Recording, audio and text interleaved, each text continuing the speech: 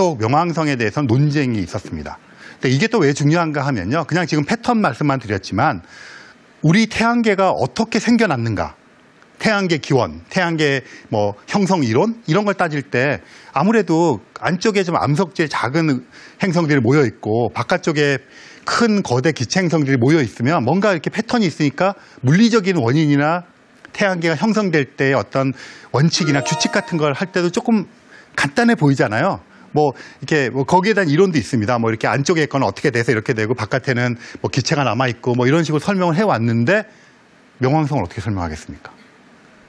여기서부터 끝까지 튕겨져 나갔다. 뭐 설명을 하면 되겠죠? 그러면 어떻게 튕겨져 나가는 설명을 해야 돼요? 마땅히 할 말이 없어요. 그러니까 궁색해지는 거죠. 좀 곤란해졌어요. 그러다가 더 이상 이 논의를 이제 어쨌든 간에 종지부를 찍어야 될 그런데 놓이게 되겠습니다. 이리스라고 나중에 이름이 붙은 어떤 것이 발견이 되었어요. 얘도 마찬가지로 태양 주위를 돌고 있어요. 근데 명왕성보다 더 바깥쪽에 있습니다. 10번째 행성을 발견했다고 다 이거 미국 사람들이 발견하는 겁니다. 그래서 10번째 행성, 11번째 행성의 후보 이렇게 명왕성보다 더 바깥 궤도에서 돌고 있는 애들을 보니까 다 명왕성만 해요. 그런 것들이 돌고 있으니까 이제 미국에서 신났죠. 천왕성, 해왕성 2대 1이잖아요. 2대 2가 되는 겁니다. 11번째면 3대 2로 역전하는 거예요. 너무 신났죠. 이리스는 또 그러고 처음부터 얘는 달이 있어요. 그러니까 그러면 명왕성 천왕계 이렇게 달이 있는 애들이 많을 수 있잖아요. 11번째 후보 막 이런 거 나타나기 시작하니까. 근데 궤도를 보니까 얘는 궤도가 또 이래요. 얘도. 명왕성이랑 비슷하면서 더 멀리 있는 애가 발견이 된 거예요.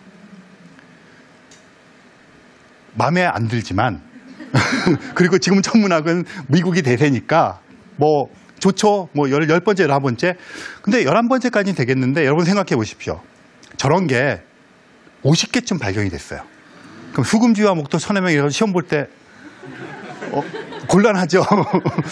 그래서 이제 어쨌든 뭔가 결정을 내려야 되는 거죠. 그러다 보니까 그 행성이라고 하는 것에 대해서 우리가 적극적으로 한 번도 정의를 내린 적이 없다. 이렇게 된 거예요. 그래서 그러고 보고 이게 문제가 생기는 게 명왕성이나 지금 말씀 이리스라든가 11번째 후보 이런 애들이 있는 곳을 카이퍼 벨트라 그러는데요. 해왕성 근처에 엄청나게 저런 천체들이 수조 개가 몰려 있을 거라고 생각되는 곳에서 지금 큰 애들 중에 몇 개 발견된 거예요.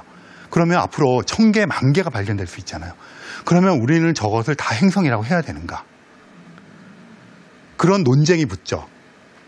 2006년입니다. 2006년에 그 8월 달에 국제천문연맹 총회가 있습니다. 3년마다 열리는데 거기서 투표에 붙여집니다.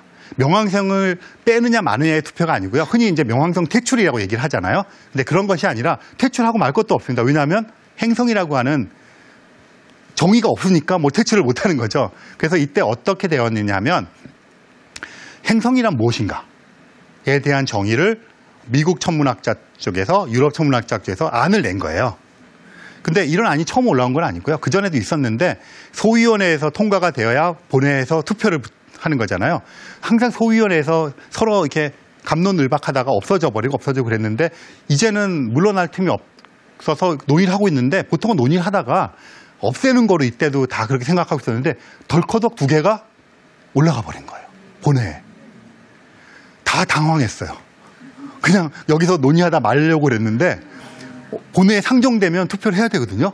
그래서 2개의 안 중에 어떤 걸 채택할까 하는 투표가 간 거예요. 2개가 행성을 정의하는 방식이 틀려요.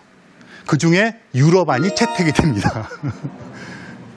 그래서 명왕성을 딱 잘라서 이런 것이 아니라 그렇게 된 겁니다. 복잡하죠? 이게 그 당시에 저 안입니다. OA안, OB안, 뭐 6A안, 6B안 이렇게 해서 이제 이게 올라가서 소위원회에서 통과가 됐고요. 이런 안들이 올라갔고요. 결론적으로 말씀을 드리면 이렇게 된 겁니다. 유럽안과인데 미국의 안은 이리스를 비롯해서 이거를 포용하면서 행성의 숫자를 늘려가는 거예요. 그래서 옛날에 있던 목성토성은 클래시컬, 고전 행성, 이건 신행성 이렇게 뭐 하는 겁니다. 유럽안은 행성의 라고 하는 정의를 3가지로 만들었어요. 첫 번째 정의는 태양을 주위를 공전해야 될 것.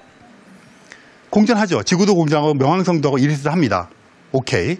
그 다음에 두 번째 정역학적 평형 상태에 있어야 될 것. 정역학적 평형 상태라는 게 동그랗다는 얘기예요. 가만히 생각해 보시면 소행성이라는 천체가 있습니다. 감자처럼 생겼어요. 찌글찌글.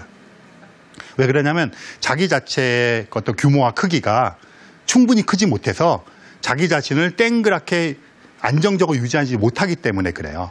그래서 동그랗게 공처럼 안정적으로 유지하는 상태를 정역학적 평형 상태라고 부릅니다. 그렇게 되어 있을 것. 그 다음 세 번째가 중요한데요. 세 번째는 그 주변의 것들보다 제일 뛰어날 것. 주변의 것들을 거느릴 것.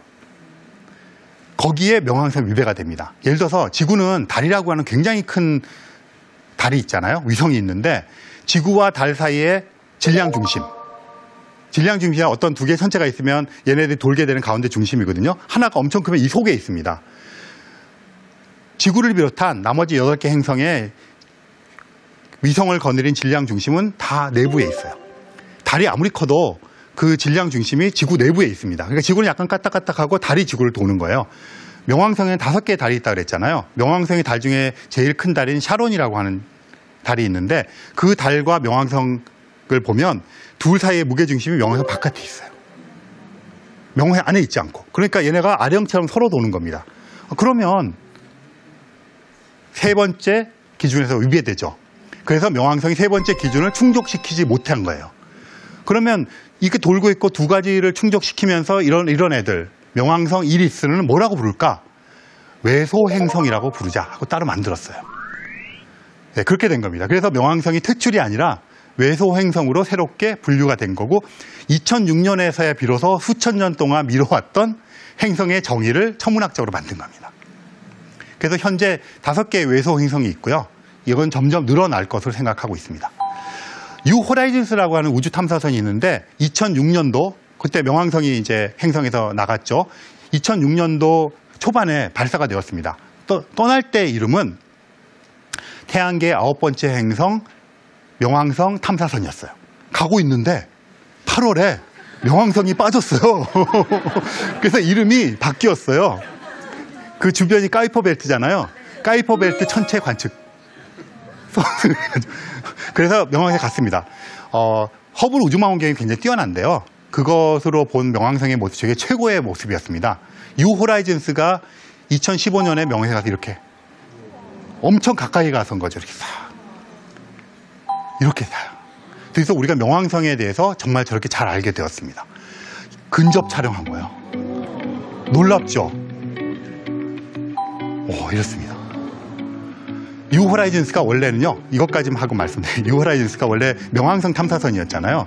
그래서 13년이 걸려서 명왕성 주위를 가서 명왕성 주위를 돌면서 더 많이 찍으려고 그랬는데 가다가 보니까 빠졌잖아요. 명색이 카이퍼 벨트 천체 관측선이에요. 그래서 명왕성을 스쳐 지나갔습니다. 돌질 않고. 그래서 스쳐 지나가면서 지금 보신 사진을 찍었고, 그 다음에 옵티마 툴레라고 들어보셨어요? 올해 1월 달에 옵티마 툴레라고 하는 명왕성과 비슷하지만 더 조그만 천체를 가서 걔 사진도 찍고 또 다른 애를 향해서 또 돌아가고 있어요. 네, 그래서 명왕성이라고 했을 때 우리가 퇴출이란 말을 쓰지만 사실은 행성에 대한 정의를 만들면서 자연스럽게 빠졌다. 그래서 지금은 명왕성이라는 고유 이름은 하지만 공식 이름이 아닙니다. 공식 이름은 따로 있어요. 그래서 한때 명왕성이라고 불리었던 어떤 것에 대해서 오늘 얘기를 해봤습니다. 감사합니다.